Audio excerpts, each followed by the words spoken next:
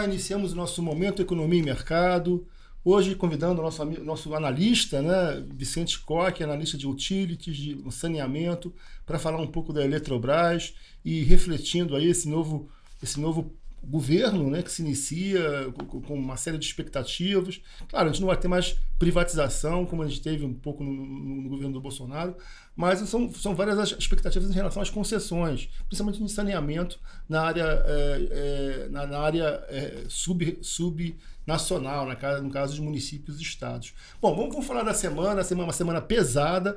A gente tem aí uma agenda com a China voltando ao game, voltando aos mercados, uma série de indicadores de atividade hoje à noite, depois do Ano Novo Lunar. E a gente tem uma série de eventos também no Brasil e no mundo, né? No mundo, a gente tem reuniões do Banco Central Europeu, do Bank of England, do Fed, né? Eu vou falar um pouco sobre essas reuniões, uma série de expectativas em relação a elas. E no mesmo dia da reunião do Fed, a gente tem a reunião do Banco Central Brasileiro, né? Nos dois eventos, o mais importante será o comunicado. O que o Jerome Powell vai falar em relação às expectativas da economia norte-americana, a inflação por lá, e o que o Banco Central Brasileiro, o Roberto Campos Neto, vai falar, já que a gente teve aí nas últimas semanas algum estresse na relação do Banco Central Brasileiro com o governo Lula. Vamos ver o que ele vai analisar, o que ele vai considerar no seu comunicado. Temos também uma série de indicadores também na semana. A gente tem a produção industrial na sexta-feira, tem os dados do CAGED também no Brasil. No exterior, uma série de indicadores do PMI, Standard & Poor's Global. É um indicador de atividade econômica muito importante para a gente medir como anda a economia mundial, como anda a Europa, como anda os Estados Unidos. Esses indicadores saem para os Estados Unidos, para a Alemanha, para o Reino Unido, para a zona do euro, né? E temos também o PIB, tanto da Alemanha como da zona do euro, que também vai nos dar uma certa sintonia fina em relação à atividade econômica no mundo, né? Lembrando que há toda uma expectativa em relação às dosagens da política monetária do Fed, do Banco Central Europeu e à atividade econômica, né? Analisando aí, vamos começar agora a falar também um pouco de Brasil, né? A gente tem também uma reunião, um evento importantíssimo, que é o retorno do Legislativo ao jogo político. A gente tem aí no Congresso eleições para o Senado e para a Câmara. Na Câmara, a gente tem aí Arthur Lira como bola da vez, ele vai ser reeleito sem problema. Agora, há uma certa disputa na eleição do Senado, né? Rodrigo Pacheco disputa com Rogério Marinho e não se sabe o que vai sair daí, né? Lembrando que Rogério Marinho é ligado ao bolsonarismo. Então, é uma eleição que vem sendo acompanhada com uma certa atenção, porque vai haver um certo imbróglio aí na relação governo-congresso, se for o Rogério Marinho o eleito, né? Também, a gente deve também, falando agora dos indicadores, a gente teve também o IGPM em 0,21% agora em janeiro, né? Abaixo do esperado, né? E o PIB da Alemanha, que também saiu agora de manhã, veio com crescimento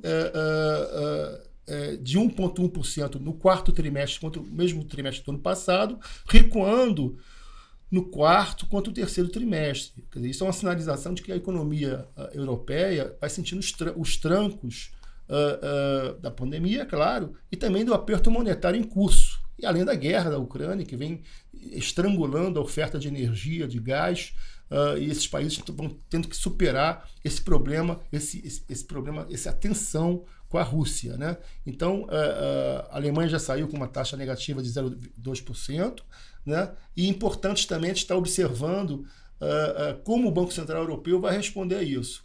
O que se tem em relação às reuniões dos bancos centrais, tá, gente? Vamos lá.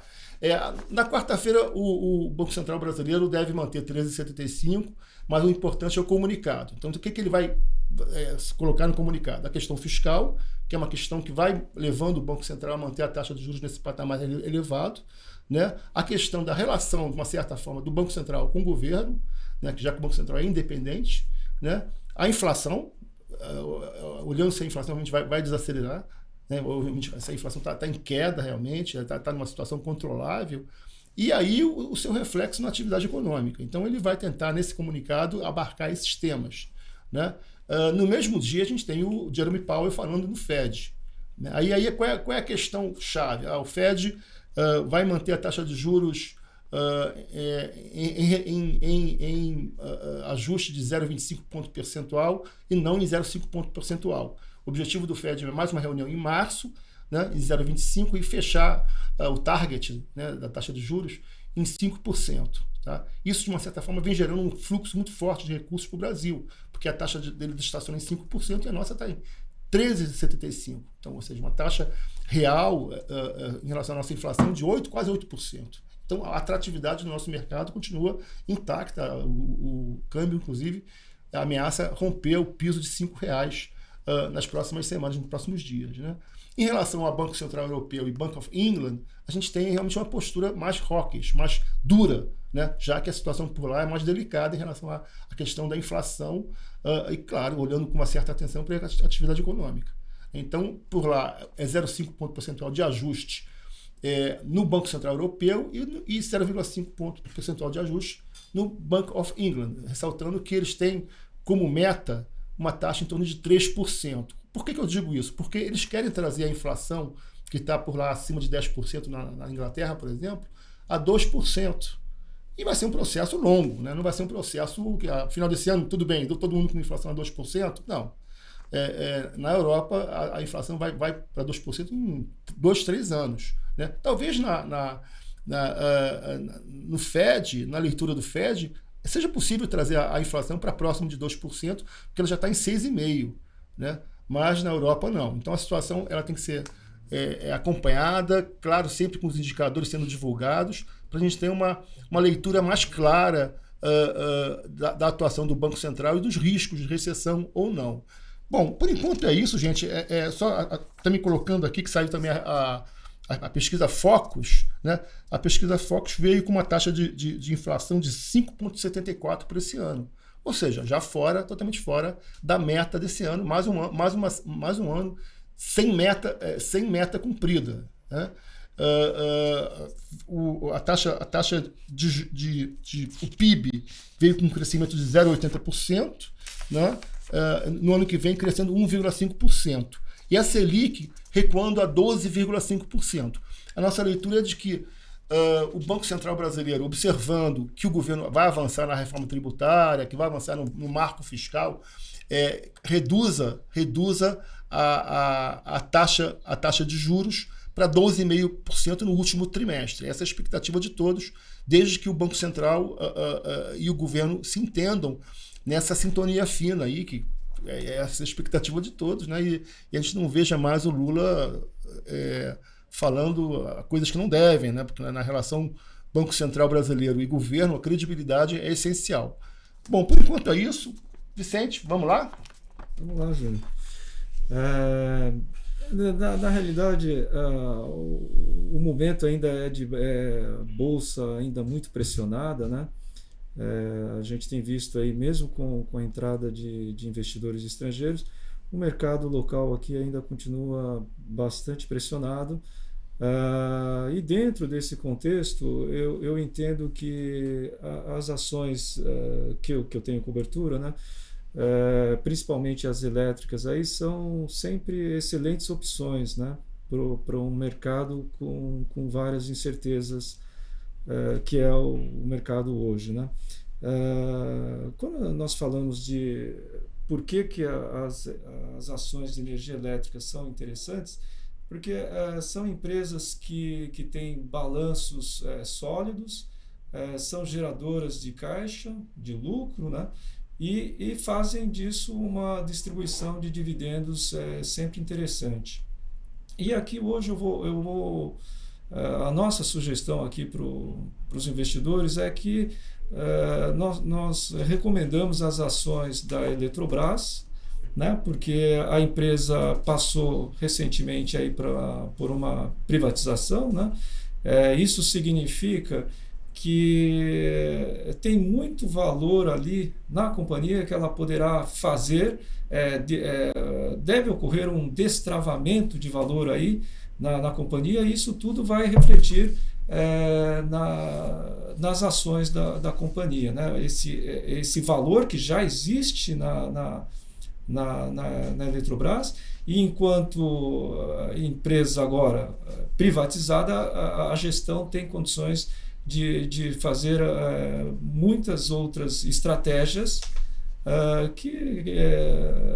para elevar a eficiência da companhia. Isso tudo reflete nas ações. Mas está acontecendo ainda, do ponto de vista de fundamentos, está acontecendo uma mudança no mercado de energia elétrica, eu estou me referindo ao mercado livre, em que o regulatório ele permitiu ele flexibilizou o acesso a esse mercado, onde os preços são determinados livremente por condições de mercado, e não no mercado que é mais regulado, em que o preço é determinado aí pelo regulador, né? Então, o que acontece? A Eletrobras ela possui uma grande capacidade de geração de energia instalada. Ela representa cerca de 30% da capacidade instalada no Brasil. Além disso, ela tem mais ou menos 50% de toda a linha de transmissão de energia, né? Pertence à Eletrobras. Então, o que acontece? Na minha avaliação, eu entendo que a Eletrobras vai ser uma das empresas que mais vai tirar proveito dessa mudança do mercado livre, né? Então, ela vai passar a precificar melhor o preço da energia que ela vende no mercado, e, portanto, isso vai se traduzir em aumento da lucratividade da companhia, e que no futuro isso vai ser transformado tudo em dividendos, né? É dessa forma que o investidor acaba auferindo essas mudanças todas aí na companhia. Então, é por essa razão, Júlio, que se nós formos combinar essas incertezas macro, mas nós pegamos uma empresa muito boa do setor elétrico, que é altamente geradora de caixa, lucro e dividendos. Eu acho que é muito interessante, então, essa sugestão aí para os investidores se posicionarem em ações da Eletrobras. Bom, interessante observar que a Eletrobras era uma empresa muito mal gerida antes da privatização, né, Vicente? E com a privatização vai haver um saneamento na empresa e vai voltar a ser uma cabeça de ponte importante para o setor energético, né? Sim, sim. Eu acho que tem muita coisa, muito valor ali que vai aparecer agora na Eletrobras aí, e eu acho que quem ganha serão os investidores também. Isso, muito bem. Não, agora só fechando em relação à nossa agenda doméstica, a gente tem hoje tivemos dados fiscais do governo consolidado. Esses dados são importantes também para ver como é que vai ser a trajetória do regime fiscal, dado a bomba fiscal herdada pelo governo Lula. Também é importante os dados de produção industrial na sexta-feira, e o CAGED sai amanhã. Também é um dado importante de mercado de trabalho, né? A gente tem um novo governo, claro que a gente vai acompanhando agora os indicadores a partir daí. Bom, é isso. Um abraço a todos aí, boa semana a todos, bons negócios, né? E vamos em frente.